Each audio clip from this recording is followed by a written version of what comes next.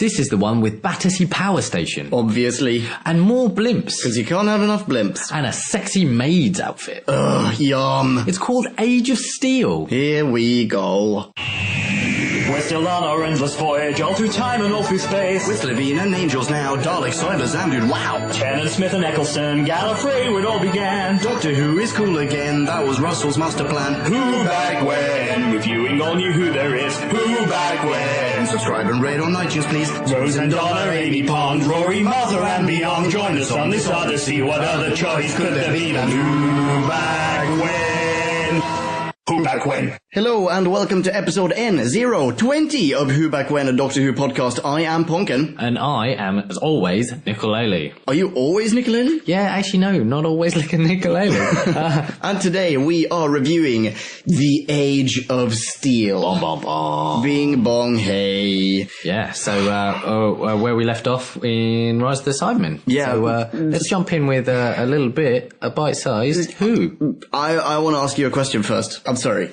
I don't know when we're going to drop these episodes. Right. But we recorded the first part of this double feature. What's it called again? The Rise of the Cybermen. Weeks ago. Yes. Plural. And we did not like it. Very much so. I very much also remember that our energy levels just fizzled out towards the end because it was like, why are we doing this? Yeah, it took the spark from me. We came close to ending the podcast. Yeah, that was it. We had a little discussion afterwards, like, is this working? But no. Yeah. And now we're here in the Punk Plaza studio. And we just watched the DVD. That's right. Oh, we yeah. watched the DVD. And where did you get said DVD? Well, I don't mind telling you, Nick. I got it at Poundland. Poundland? Yeah. For all your BBC DVD needs, where you can pick up a 3-pack of Cherry Coke, Doctor Who, and not just that, it's a DVD with 3 episodes on it, so it's actually 33p per episode. Wow. We just watched 33p worth of Who. That's right. I know you're hosting us, but fuck you, iTunes. My question was going to be, how do you feel now that you've seen the second part of this? And sub-question. Did you remember where this was going to go? Vaguely, in a sort of loose-ish way, I remember the major points, but there was a lot in there that I didn't remember, and actually there was a lot from Rise of the Cybermen that I'd forgotten about. Yeah.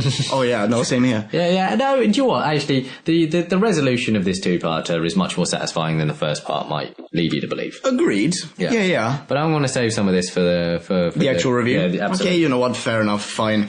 Prepare for approximately 1 hour of vitriol, ladies and gentlemen. Let's jump into a bite-sized chunk of Who. Bite-sized chunk. We pick up where we left off from Rise of the Cybermen, with Doc and Rose et al. All about to be backspaced. They obviously make it out alive through another astounding feat of ex machina. And now the guerrilla campaign goes in full throttle as our intrepid protagonists and Mickey and Mickey bid to liberate London. B-Scow over. You are welcome. God damn it. Right, so where to start? So the crew is on their knees, ready to accept their fate of deletion, and then out of absolute nowhere, as is his wont. Yeah, we thought at first that it was I thought at first anyway, that it was his sonic screwdriver. Yeah. But in fact, it's the little light bulb thingy that he got out of the magic TARDIS crystal or whatever. Yeah, some bullshit. And it just splooges energy on all these Cybermen that literally melt. And now, do you know what, dude? That would have been so helpful like 20 seconds ago when all those people got murdered in front of you. Okay, do you know what that's not what pisses me off. That's not what pisses me off. No, because he might have splooged energy on them as well, and then he'd be melting proper humans. That'd be terrible, right? But and burn down that beautiful house. Quite clearly not, but yeah, he was just like, fuck these people. Okay, that's not what pisses me off about this. So what pisses me off is that immediately after he splooged the cybers to death with his magic TARDIS crystal, Mickey or possibly Ricky or maybe both, who gives a shit, goes, oh no, have you now... Oh, it must be Mickey. He goes, oh my god, have you exhausted all of the TARDIS energy? And the doc goes, no, it's fine, don't worry about it. It's going to recharge. It's like constantly recharging. It'll recharge in about 4 hours. Which upsets me even more. Why the fuck did he do that? Like, yeah, why did he fucking sacrifice 10 years of his life, buddy? Hey, Doc, guess what? You are now going to live 10 years less. Because I feel like I addressed this. Just because you wanted to do a party trick and ignite this thing. But very clearly he could have just gone, you know what, I'm just going to wait for it. And then it'll start glowing on its own. It's fine, guys. It's okay. Now, not knowing the intricacies of how one might power a bit of a TARDIS, I think I covered the fact that proportionally 10 years of his life isn't that much. Yeah, it's bullshit. Okay. It's still bullshit. It's like giving up a big toe. Oh, yeah, that's true. Yeah, would you give up a big toe? Is a big toe that a percent of me? Would you give up your bell end? No, absolutely not. Oh, well, there you go. So That's I guess 10 years out of... A big toe and a bell ender is not an equivocation of body parts. I would give up if that was the option, yes, I would give up my big toe in a heartbeat. Have both of them, fuck it. Yeah, and then you'd regret it the next time you had to hurry somewhere. Anyway. Anyhow. All right. So we used this crystal, which is obviously an example of Ex Machina in which we just, needed to get out of this situation. Exactly. No good reason. Bing bong, they're now... oh, wait, yeah, this is the moment that really upset you. Really upset me. Where Pete Tyler, as a valiant husband... It's like, no, we gotta go back for Jackie. Absolutely. As, your beloved. Shall we reenact this, by the way? Let's reenact it. Okay. You be Pete. Okay. I'll be the doctor. Okay. Oh my god, we gotta go back for Jackie. No, she's dead now. Oh, okay then. And that ends scene. Like, fuck me. Like, how do you go from I must put myself in harm's way? Yeah, to save my wife. Yeah, to, okay, jump in the blue van. She's dead to me now. Well, she's dead to everyone, apparently. I don't even know you very well, but I'll take your word for it. Like, thanks, guy I just met. Yeah, that has saved me from a lengthy divorce. As far as I'm aware, you actually are part of the serving staff. Absolutely. Anyway, so they're now in the truck and they're heading off to the place where every crook and evil mastermind. Before we move forward, I think that the human resistance will always be sponsored by LDV. Like, having watched the Cushing movie, where everyone has that van. Everyone's got that van, or like that defunct like manufacturer of vans. Anyway, moving on. Yeah. Okay. So they're heading to the one place where every single criminal mastermind ever, in Doctor Who and in Sherlock, by the way, as well, like in every major BBC series. Is it Bedford? No. It's Battersea Power Station. In fact, Battersea Power Station also appears in that Cushing movie. Yes, it does. And in the Hartnell original. Now, just to explain Battersea Power Station to the worldwide listeners. Used to be a power station. It used to be a power station. It's now empty. They do gigs. And now they do gigs and like there's like a ski jump competition. Yeah, like a Red Bull thing. Basically, it's a massively imposing piece of architecture. A very cool piece. It looks amazing. But every single BBC, because I presume you don't have to pay anyone to fucking use it. Like, it turns up in everything. Yeah.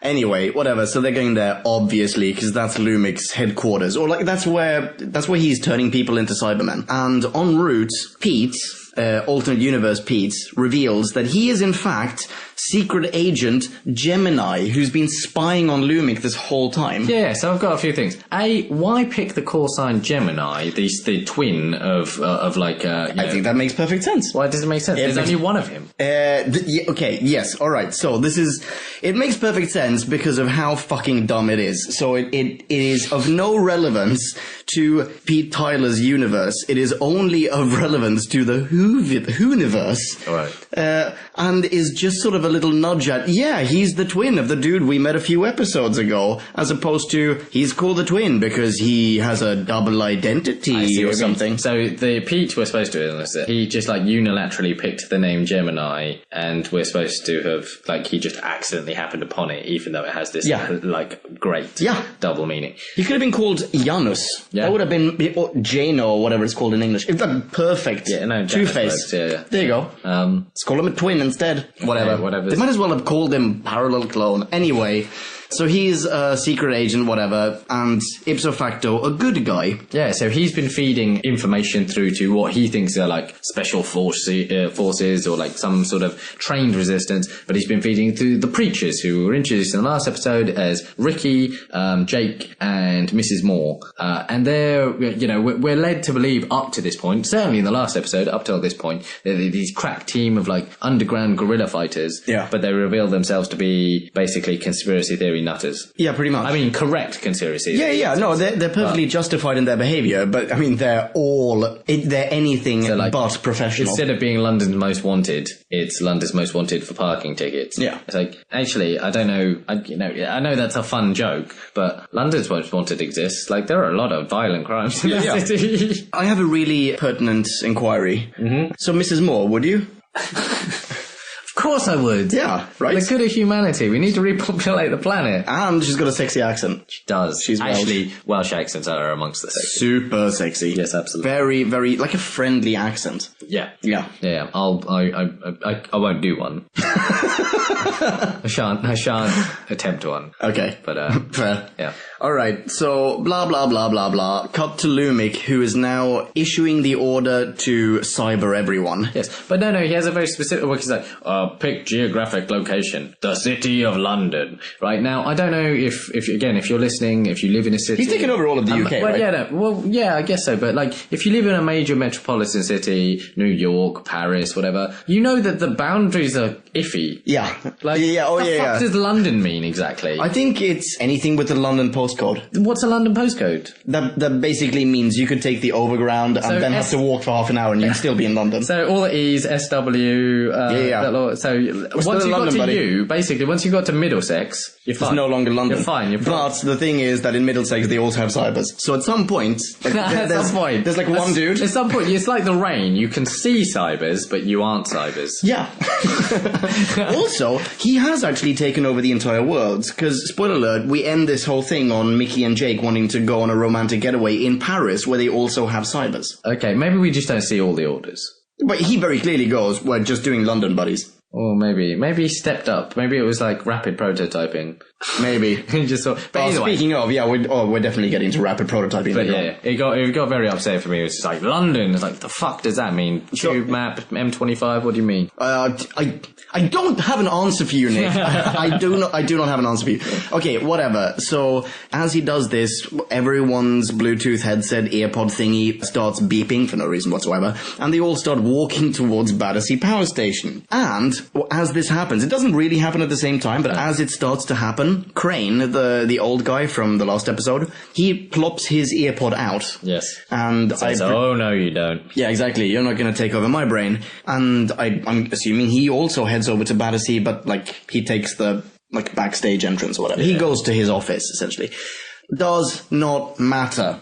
What were we talking about? We were talking about, so everyone's heading to Battersea Power Station. Yes. There's a line. Yeah. There's a line when they first see Battersea, and I think it's the doctor who goes, every person in London is in Battersea Power Station. Alright, so again, for those not familiar with the City of London. For those not familiar with just basic geometry. Yeah. So, Battersea Power Station is a small shape contained within the slightly larger shape of London. Quite a lot larger shape. It doesn't matter. Anything that is small enough to fit inside anything else will probably experience certain levels of difficulty in containing that larger thing in itself. It's not a fucking TARDIS. It's a power station. Well, I mean, one can, like, if you would, like, not everyone in London is heel to foot. So if you would squeeze them all in. However, said that... You couldn't squeeze... There are how many million? Well, yeah, this is it. 7 to 9 million people, depending on your definition of London. Yeah. I'm sorry, but you cannot fit 7 to 9 million people in that building. Any building, I'm going to say. Any of them. It's actually probably... It's bullshit is what it is. Absolutely lazy writing. Whatever. So our band are going through London trying to figure out exactly what's happening, and the people are wandering on their way to Battersea Power Station, and everyone's being controlled somewhere amidst Crane taking his earpods out, and Mickey and Ricky get separated and are on the run. There's a pretty tangible will they won't they kind of moment. I don't see it, but yes. Oh, I think it's I just think the definitely. shitness of the split screen, like, ability to film it. But, okay, there may or may not be quite a lot of, like, ego sexual tension. If you went to a parallel universe and you met your parallel self, and even if he were such a massive douchebag as Ricky is in this one, you'd totally want to bone yourself, right? Yeah, well, yes. I mean, you would obviously do that. Absolutely. If Like, you would, now is the time to experiment. yeah, I mean, you know exactly what I like, right? Yeah. Anyway. Let's put this to the test. Why not? But I guess the point, moving through this, Yeah. is that they're, so Noel Clarke does this, like, hamming up of, I'm a tough guy, and I'm jaded. Well, it's like hurry up, you say. innocent guy, and I don't want to hurt no one. And weirdly, neither one of us can act properly. Yes, absolutely. Well, I don't, no. No, okay, that's sorry. fine. Noel is a good guy, but okay, I have nothing against Noel Clarke. Get over it. I don't know, he's fine. He's a fine actor. Yeah, do you know who's not fine? What? Mickey. Who else? Oh, coincidentally, Ricky. No, they're fine. Anyway. Yeah. So yeah, they do that hamming up of, and Ricky throws him a bone saying, actually, you're not so bad. That's what I'm talking about, Yes, throwing you bones. stop it. You're not so bad, you must have a vague brave-ness in you. Yeah, it's like it's the moment where up until now, up until now, Ricky has done nothing but belittle Mickey. Like, look down on him as this complete coward and loser. Yeah. But now, all of a sudden, he respects him. Yeah. And then he dies. So the trajectory is fairly clear. Mickey becomes a real boy. It's basically is the trajectory of the story. But anyway, they're running through London. Ricky dies at a chain link fence. While cybers are just flummoxed by how to traverse this. Baffled. Yeah. Absolutely. How are we going to do this? We have crashed through walls. Yeah. We're a bunch of metal. No, chain link. Yeah, can't do this. Yeah. I can see through it, but it's still there. It's like the thong of walls. Yeah, but we see that this is the point in which Mickey starts to, develop a spine, as well as a dark heart. Yeah, sure. Yeah. Now he grows up a little bit. He runs off, blah, blah, blah, blah, blah. And meanwhile, this is where we get the remote control moment. Good. So meanwhile, Rose, Pete, Doc, and Mrs. Moore are hiding behind like a post box or something, or a car maybe. I think it's a post box. Fun trivia fact, Mrs. Moore's first name is Please Sir, Can I Have Some? Yeah. They're hiding behind a post box.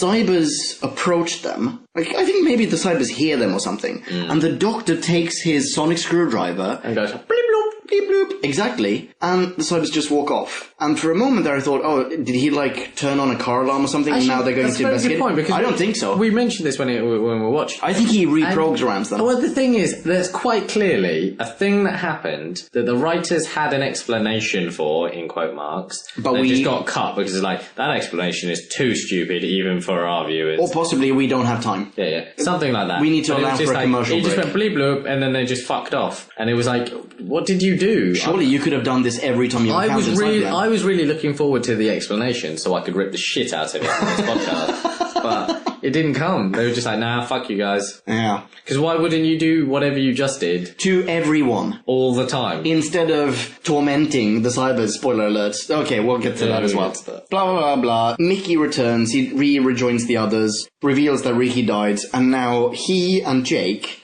who clearly are two members of a boy band. Jake in particular is very clearly a boy band boy. I'm pretty sure the actor that plays Jake was in Biker Grove, but yeah, move on. Okay, yeah. I'm sorry. Whatever. Yeah.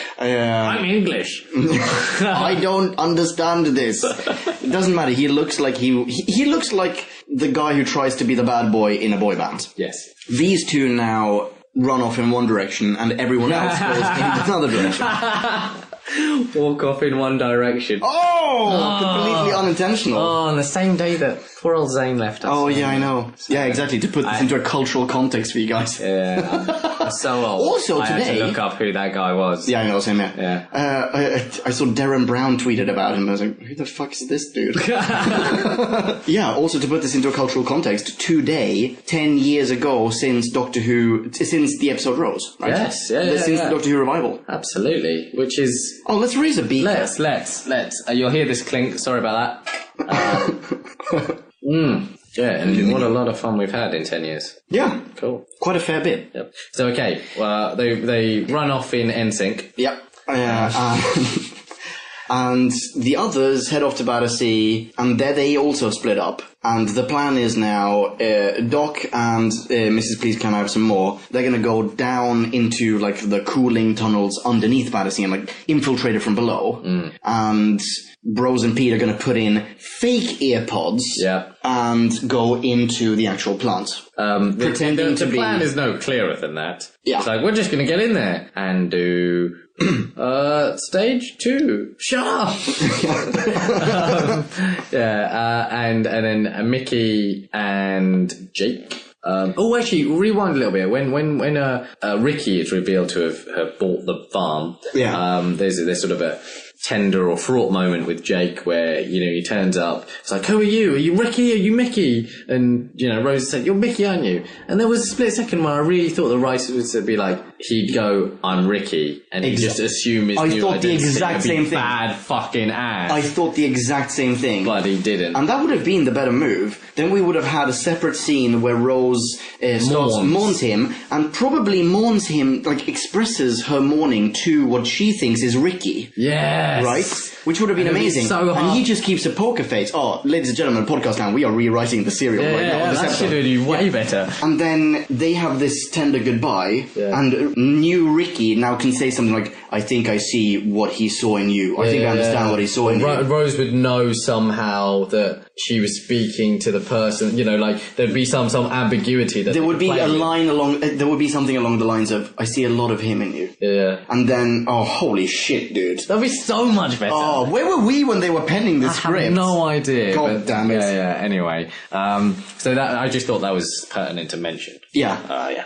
It's really funny that we have the same theory. Well, the thing is, I think we're led up the garden path, as it were, with that. I think that's exactly what, the writers would have done. Yeah, probably. Yeah, but it's not like... But they've quite clearly bailed out in some sort of editorial meeting where they're just like... Maybe that's too much. Yeah, some shit like that. Because it's like, that was absolutely... Why would you have a scene where the two people that would care most about those would then interrogate you as to which one you are?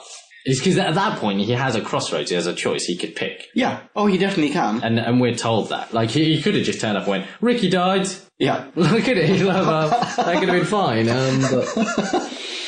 Okay. Hey, that's annoying. I agree. So anyway, back to the plan. Pete and Rose are off to infiltrate Battersea Dog's home. Yeah. The cooling towers for the Doctor and Mrs. Moore. And Jake and Mickey are going... They're going to the Zepp. Going to the Zeppelin. Yeah, they're going to zap it up. Yeah. Again, not fully clear why. No. I think they're going... Control. No. The signal. They're going to fuck up the signal. Exactly, because the Doc used his sonic screwdriver to... Holy shitballs. Is this the first time in New Who that he uses the sonic screwdriver not to manipulate something, but to scan something? Is that true? I think it might be. I don't remember him scanning stuff with the sonic screwdriver up until now, but in this case, he points it at the Zepp, scans it... Can't be all in New Who. And then just goes... Eccleston did. No, I don't think Eccleston ever did. Ladies and gentlemen of podcast land, if that's like a true science fact... freaking high-five us. Absolutely. Make that happen. Yeah. So yeah, he the funny thing is like, there's this big red, like, satellite fucking dish on the side of this giant Zeppelin. It's like, blip, blip, blip, blip, blip. Oh, there it is. There it is. It's like, really? Yeah. How old are you? And where have you, like, oh, fuck. That's what he does as well. He makes those noises with his mouth. Blip, blip, blip, blip, blip, blip, blip, blip, blip. And Mickey Ricky goes, you just made those sounds with your mouth. And he's like, no, I didn't. Yeah. Mickey, well, fuck it. At that point, Mickey tries to wake him up. He's like, actually, you're just a hobo. None of this exists. Anyway. Okay. So that's the plan. We've got three bands of couples off to save the world. Yeah. I have a question for you. Yes. Every Cyberman is an adult. Right? So is now the rest of London, or at least like an adolescent, I mean, there are no kids, there are no babies. Not so we're made privy to. What I'm thinking is that maybe babies and kids, like maybe there's an age limit to... No. You can't get the earplugs when you're a baby. Basically, all children... I think London is now... All children under 5 are rendered down into mechanical lubricant. Oh, yum. Yeah? Right. That's okay, fine. But then there's like all these other 5 to 18-year-olds I love that we that don't you just see. said fine. Yeah, I'm okay with that. They're in a parallel dimension. You don't have to feel bad about it. All right. So what I'm thinking is London is now awash with, like, just really sad orphans. No, they haven't themselves. noticed. They've just been tweeting this entire time. They haven't looked up. Yeah, but there are babies there as well. Yeah, they're tweeting. I don't know if you've seen 6-year-olds now. They're tweeting. 6-year-olds aren't babies. I'm saying there are fucking toddlers dying in London all the children right now. under 5, mechanical lubricant. I get your premise. I've a very strict age band here. I feel really bad. Not so much for the kids, but for, like, let's say pets, for example. I feel really... Here's another thing. Did you see a single senior citizen cyber? Or, like, about to be cybered? I did not. Maybe they just get straight up deleted and not upgraded. Oh, that's very possible. But in this case, like, everyone who's in Battersea, they've gone there because they've been manipulated to go there. They haven't been rounded up by cybers. They're just, like automatons. They're just wandering towards Battersea. Yeah. So, does this mean that there are lots of old people, like, old people's homes, the staff, they've all gone to Battersea, and all the people who live there, all the residents of old people's homes, they're just like, hello? Well, that's an extra level of darkness that this episode in no way needed. We've already got possibly the most death and torture in an episode of New Who up till now, but we're also going to be just like, there are just geriatrics and infants just dying. And dogs and cats. Dying from, like, malnutrition and shit. So, anyway, let's carry on with the show. Yeah. Doc and Mrs. Moore, what do? They go underground. They go underground, and they're in the cooling tunnels, which are full of dormant Cybermen. Yeah, why are they dormant? Great point. You've stopped me at the first hurdle. They do just say, they're on ice, I think they say. Some shit, but it's like, why? It's like, your whole point is to colonise London or whatever you're trying to do, assimilate, a rate of knots. Why? Why have anything in reserve?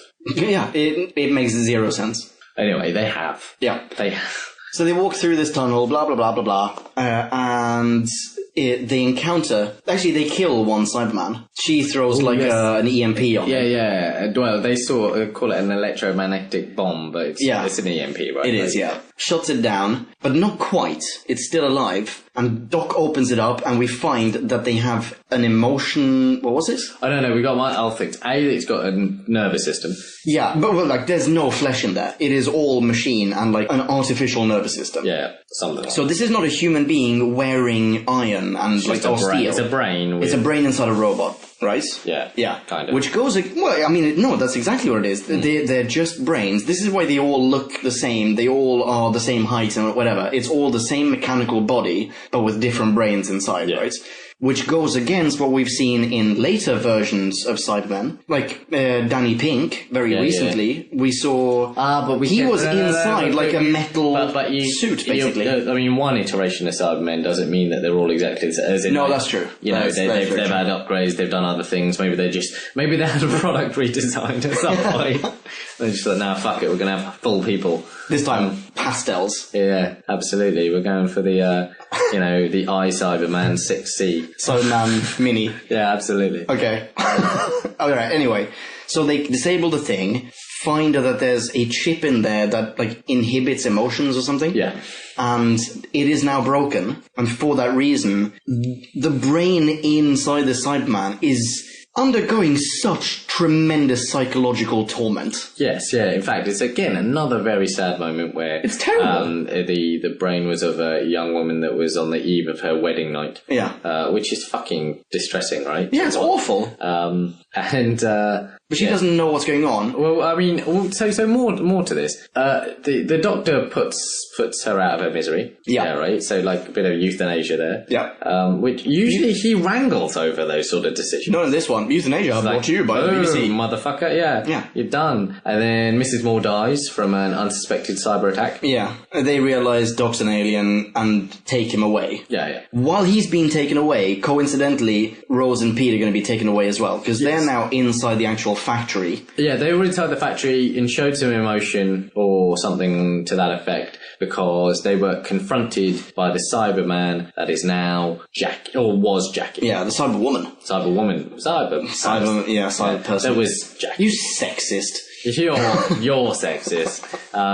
Jackie. Yeah. I don't understand really why Pete and Rose are taken anyway. I don't understand why Rose is taken. She's just one other civilian, and as far as the Cyberman who used to be Jackie is concerned, she must recognize Rose as, oh, you were also at my party earlier tonight. You were just part of the serving staff. Prepare to be cybered. Yeah, you will now be upgraded.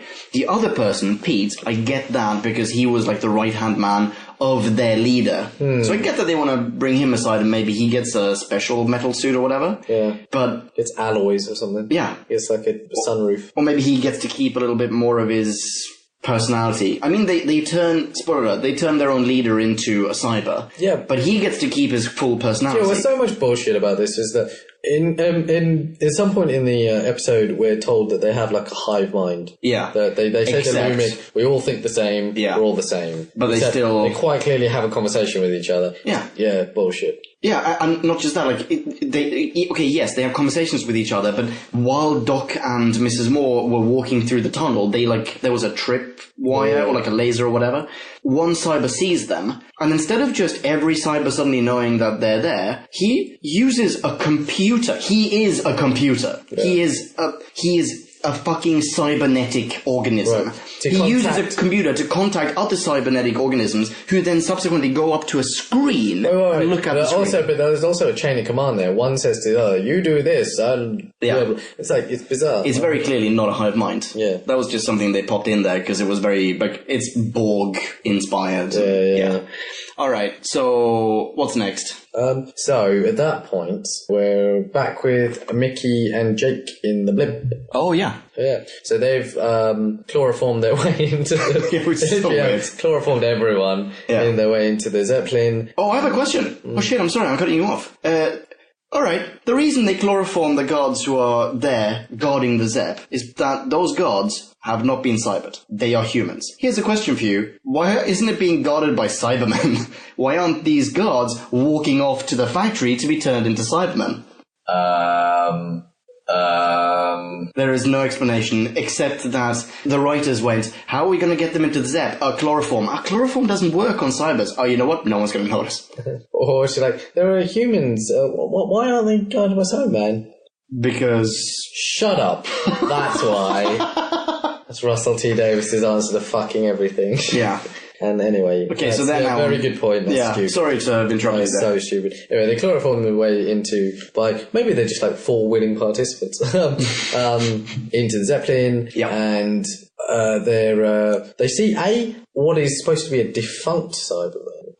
Which Mickey, in his infinite amount of fucking wisdom that he's done, is like, oh yeah, this one's empty. How do you know? It has no brain. How do you know? Like, where did all this fucking weird knowledge and also, by the way, spoiler alert, it is not defunct. It is right there. Yeah. It's quite clearly guarding the place, right? But we get to see some of Ricky's resourcefulness and uses a cyber person that comes to kill them against them, and he breaks into the controls, some shit. Yeah. And then disrupts the fucking signal in the end. Yeah. But in between that, he hacks a lot of shit. Yeah, because he's a monster hacker. No. Oh wait, we need to get Crane in this mix as well. Yeah, we'll get to that. But I know why he's a hacker. Yeah, Buffalo. Yeah. Because he hacked into Eunice. He did. He has been proven to be a master hacker. Yeah. He actually probably typed in Buffalo because that's the only password the BBC uses for any computer. But anyway, is that what you were going to say? Is that why you know he's a hacker? No, I was thinking, was it the school thing? It was before that even. It was Aliens of London and World War III. Yeah. Where the Doctor gets him to hack into the unit's computer by typing in the password Buffalo, or lowercase, no numbers. There's not even a captcha. And then you can guide nukes. Brilliant. Yeah, so he's proven that he's a hacker. Okay. The reason we do that, you got to tell the story of Crane, because that's the whole thing that's happening. So we have already mentioned Crane took his earbuds out because he was like, fuck you, Lumic, I know your game. Yeah. Then he turns up voluntarily to Lumic's headquarters. This is pre-Lumic being cybered. Is he the cyber commander or something? Controller. So nice one. Controller, yeah. Not even senior cyber controller. Just normal cyber controller. Anyway, It's like a comptroller. He gets there and he feigns as if he wants to be a willing volunteer for which seems like, if you were so willing, why wouldn't you leave your earpods in? Oh, he claimed that they were broken. He did have a fair play. He's a clever old. Frasier. He basically gets close to Lumic and yanks all his life support shit. Yeah. Yeah, which leaves Lumic gasping for breath and revealing to the fact that he didn't really want to be cybered until he was about to die anyway. Which, I mean, we brought this up in the last podcast. Why would you want any of this? Like, your whole thing is to live forever, but quite clearly this is not living forever. This is something else entirely. Like, you have no access to your memories, emotions. Oh, I think he does, but no one else does. Do you think so? Yeah. Oh yeah, no, he does seem to, when he's now the comptroller. But it's just funny that one would set this out as a plan when, like, surely you would strive towards keeping your brain, emotions and stuff, and the body suit. Like, why would you invent a chip to, like, inhibit all your humanness? And you know what? It seems to me like he's pretty good at wielding technology. He can probably fix himself. Maybe, I don't know. Like, whatever's wrong with his body, I'm thinking he can probably fix it. He's built a new race of sentient robots that interface with human brains. Pretty sure he can fix his gammy leg. Maybe not. Maybe that's a step too far. Alright. But anyway, so Crane has essentially doomed Lumic into the upgrade process also. He's taken away for special upgrading, right? Lumic. Yeah, exactly. Because he is then turned into the cyber controller. Yeah. Which is really weird, because why does he have a bit of plexiglass on his forehead to, like, reveal his brain? No one else does. Why does he have light bulbs in his eyes? No one else does. Because those are the optional upgrades. Like, he gets a throne. He gets the Dyson throne. Like, they're just like bits of Hoover. Yeah, it's the Game of Thrones throne, but made out of bits of air conditioning unit. Like, that's exactly what it is. Yeah, pretty much. Yeah, better, in fact. Okay, Mickey and Jake, they're on the Zep. They watch on a TV screen what is happening in the throne room. So, at this juncture, the comptroller, he's not summoned, but the Doctor, Rose and Pete have all been captured. Yeah, and they're basically just buying time. Somehow the Doc knows that Mickey is watching them on the CCTV. Which is full bullshit. Yeah, there is no way he could know this. No. Yeah, cameras don't work that way. Yeah. And he starts giving Mickey clues that only a hacker would understand as to how he can punch a code into the system that will turn off the emotion inhibitor thingy. Yeah. And how this works is he says a bunch of cryptic nonsense. Yeah. Which sounds like nonsense. And stalls it. Mickey punches this code, this sort of 6 alphanumeric code into his phone. Texts Rose. Rose throws her text message phone. Her 2002 Samsung phone or some shit. Yeah. 2005. And the Doc slams it onto a perfectly compatible Samsung circa anno 2002 Doc. Now, let me take a little sidebar and talk directly to the CEO of Samsung. Okay. If at any point in your meetings, in your Outlook calendar, there is a meeting marked for, meet with crazy maniacal, warmongering fucking, horrible person to figure out how we can integrate Samsung products into his dastardly plan, maybe your weird robot. Just decline and don't send a response. Why does that exist? By the way, it's not like there's a dock for every conceivable mobile phone. Yeah. Right? There is one. Yeah, and it fits perfectly. Yeah. And the dock just slams it down there. And as a consequence, everyone who everyone is taken out of their trance. Yeah. So they are now perfectly aware of who they are, regardless of whether they are out in the open, or if they are currently in the process of being hacked to bits and having their brain torn out of their cranium. Yeah. Yeah. So they are now feeling pain. Or if they have already had their brain transplanted against their will and plonked inside a fucking toaster, they are now perfectly aware of what's going on, and they are so sad, so heartbroken, so full of torment and anguish and sadness and misery that their heads literally explode. It blows their minds. I don't see the problem.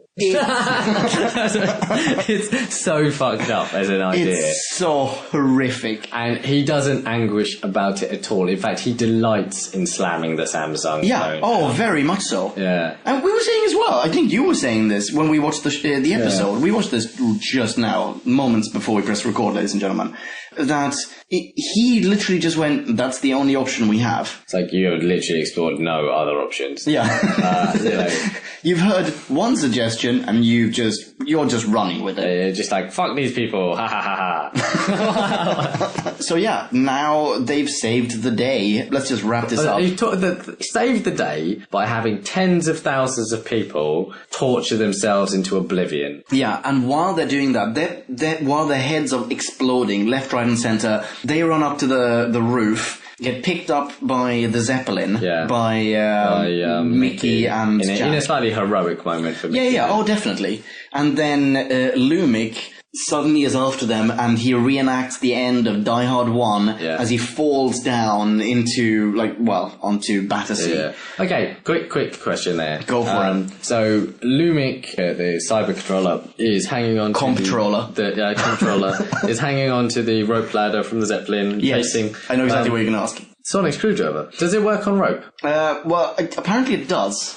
Apparently, it doesn't work on wood. Do we have previous? But it works on rope, apparently. Does that happen ever? Any other point?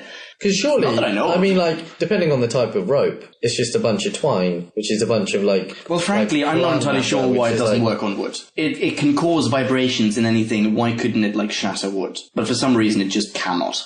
Yeah. But wood is, like, it's organic matter. Rope... I feel depending on what kind of rope it is, as you said, it may very well be organic matter. This is what I'm saying. Like most traditional rope is just like bits of plant, right? Like I have no idea how you make rope. Anyway, regardless, he in a very carefree manner, in a very sort of nonchalant. I don't need this thing. It's just a tool. Like drops it. Lets Pete catch it, and Pete, who has never seen, let alone operated this device, sets it at the right frequency or whatever to shatter the rope and thus dispatching cyber, causing him to tumble to his doom. Probably not the worst example of just some stupid Ex Machina in this episode. Okay, check this out. The cyber comptroller is electronic. We've already in this episode seen the Doctor remote control cybers. Why doesn't he use it himself to get the comptroller to let go of the rope? We don't know that he remote controlled the cybers. Okay, sure. Surely he can get the cyber comptroller to just let go by using the thing. Or he can just shatter him from above. Yes, that's satisfying. And in fact, it does work on organic matter. There was an audiobook that JD and I reviewed called Orbis, in which, I can't remember who it is, some squid character uses the sonic screwdriver to basically fry and blow up a crab person or something. Right. So if you can do that, surely you can do the same. Okay, whatever. All right, okay. We're problem solved. Who stays behind? Mickey. Boom. To fill the void that is Ricky. Yeah. And carry on the fight. It's a shame. He really wanted to fill his void. There is a lot of cyber terrorism out there still. Yeah, in Paris, in fact. In Paris. And he and Jack... no, not Jack. Jake. They're going to take their LD van to Paris. Yep. Which, I mean, okay... How would one administrate that? Do you get the Channel Tunnel? I was going to say. Surely, okay, I will wave you through, sir. Enjoy your trip. On the other side, it's completely Cybermen. Calais is just Cybermen. I reckon they're going to go to Dover, they're going to hijack a boat, they're going to go over to Calais. Boom. Problem solved, man. Do you think so? Yeah. And now there are two dudes who clearly do not speak a lick of French in Paris. What's delete in French? That's a really good question. See, I don't know either. Yeah, and now they're in France and they have to team up with the French resistance, La Résistance. Yeah. And they are this is a great spin-off, by the way. And now we have the French cyber adventures with the two sort of quirky English people. No, one English person and one, where was the other? No, he was also English. Yeah, it's Geordie. It was a Geordie. in France with a resistance who are literally like they've been taken from René's cafe against cybers. Yeah. Okay, yeah, I'll watch that. I'd watch the shit out of that. I think that would make a really good spin-off. Hey, BBC, I hope you're listening.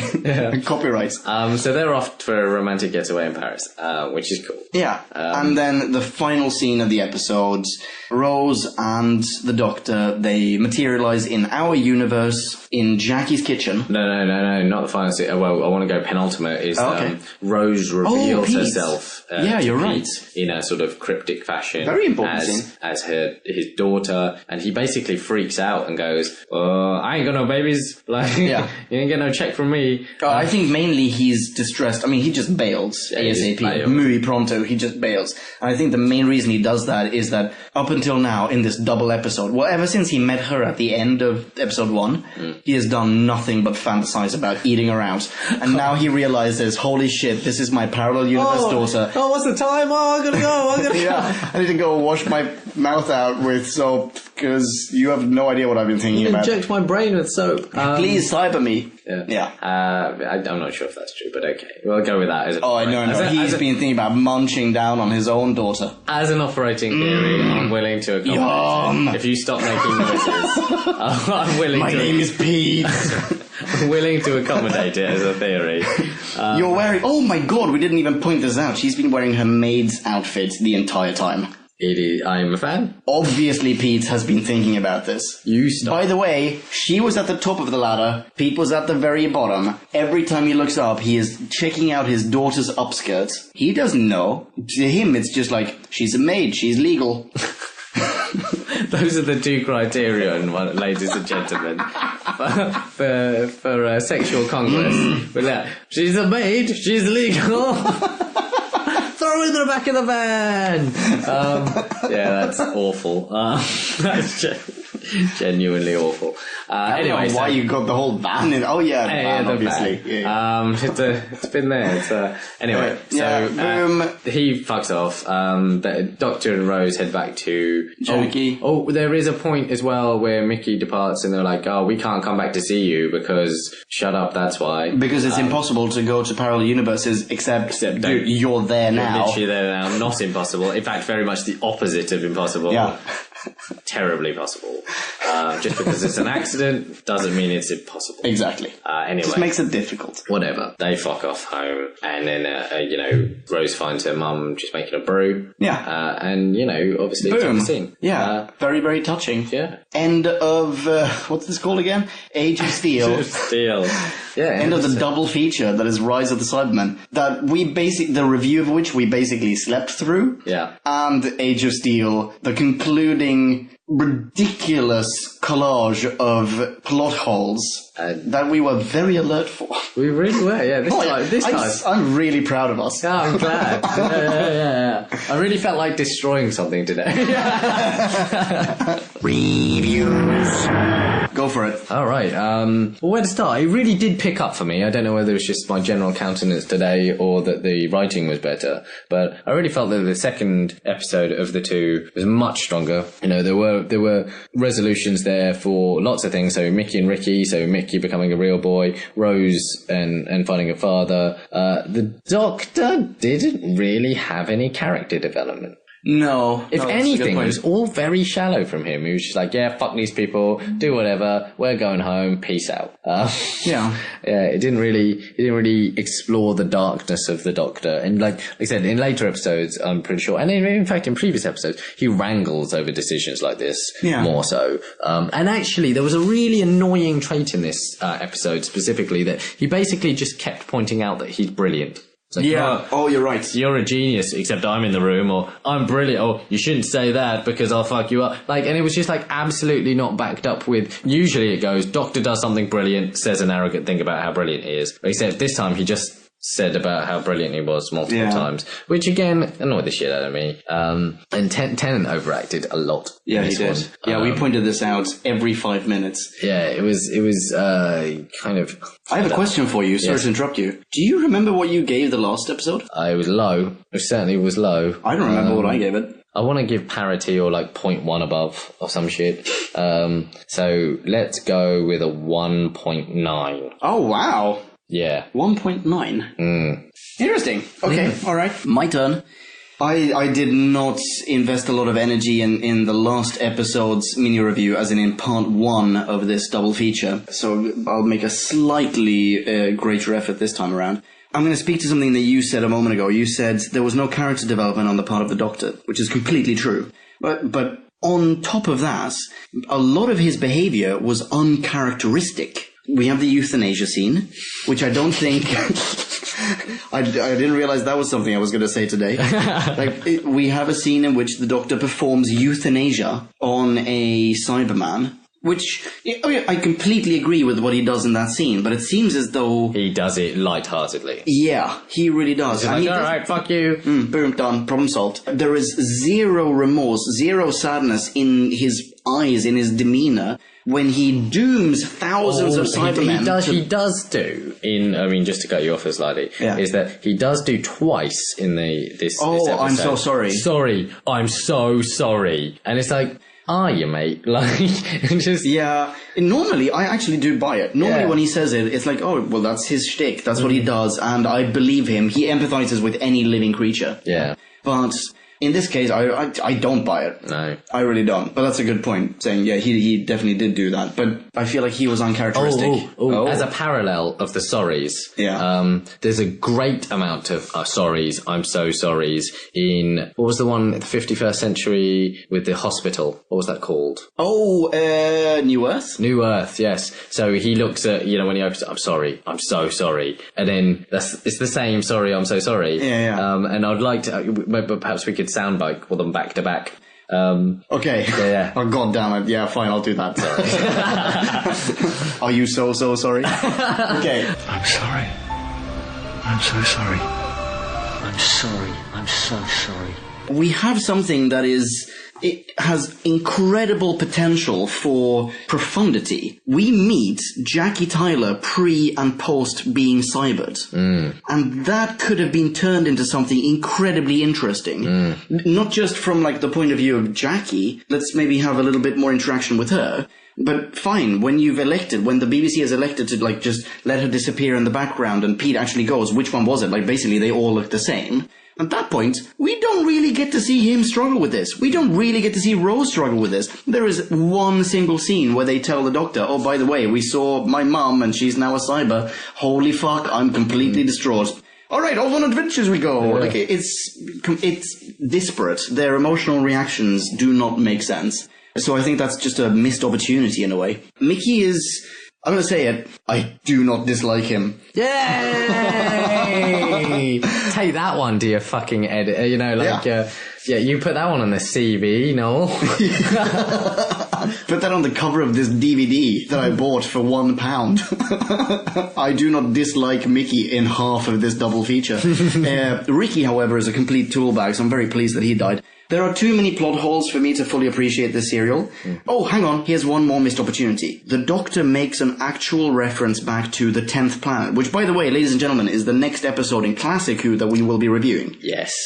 Holy crap, am I looking forward to that. Absolutely. So much, especially now. Kit Pedler. But especially now that we've done the first revival cyber, or cyber revival. The Doctor actually makes a reference to that. He says it was the same in our universe. They came from a small planet and then they spread across the universe or something like that. Why isn't that explored further? Holy crap. Well, because this serial and many others like it in New Who they do sort of pointless callbacks as a little nod, but it has no substance. Yeah, but I really feel like this was... They could have made more of it, and I understand that most of the audience hasn't seen the 10th planet, but still, I think it's a missed opportunity because you have 50 years. Freaking God, you have 50... Well, at this point, you have 40 years of history behind you. Let's use that just to create some gravitas for this creature. There's no scene of but there are certain differences, or here's something I've done to them in the past. By the way, I've encountered them 50 times.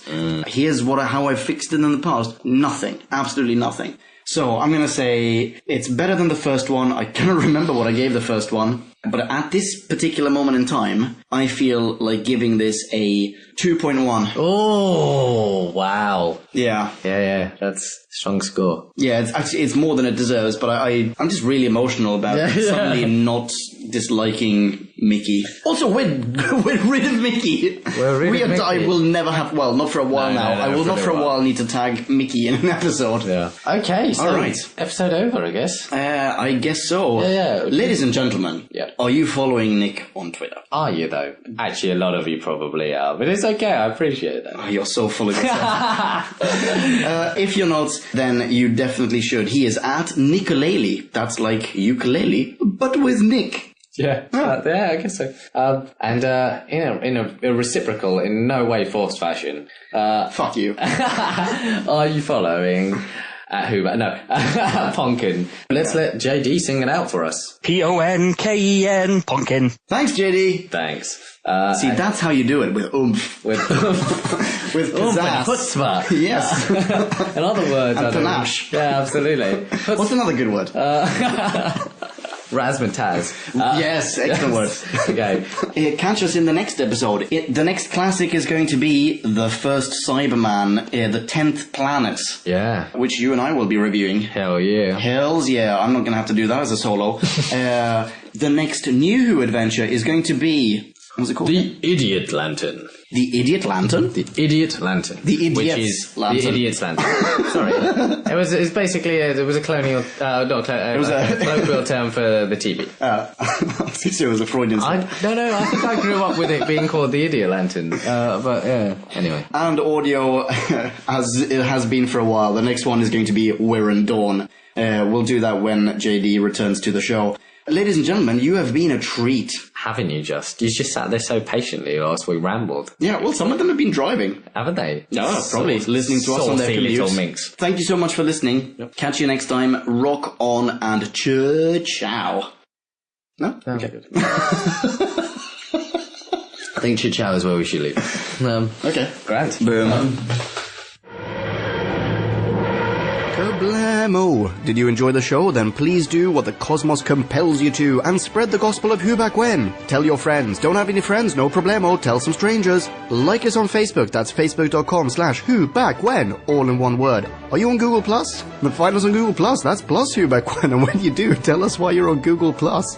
Who Back When just got its very own Twitter account. No lie. So give us a follow. You guessed it. That's @Who Back When. All in one word. Check us out on SoundCloud, vote us up on Reddit, listen to us on Stitcher, and head on over to our website, whobackwhen.com, where you can leave a comment, submit a review of your own, and peruse our visual index of aliens, monsters, and more, which increases in kablamos with every episode. And lastly, give us a rating and review on iTunes. Not only would it make us super chuffed, and it really, really would, but as thanks, we will transmigrate your iTunes nom de plume into the credit list of trailers for fake Doctor Who audiobooks produced by Who Back When. Have a poke around our bonus episodes to make more sense of that. That's it.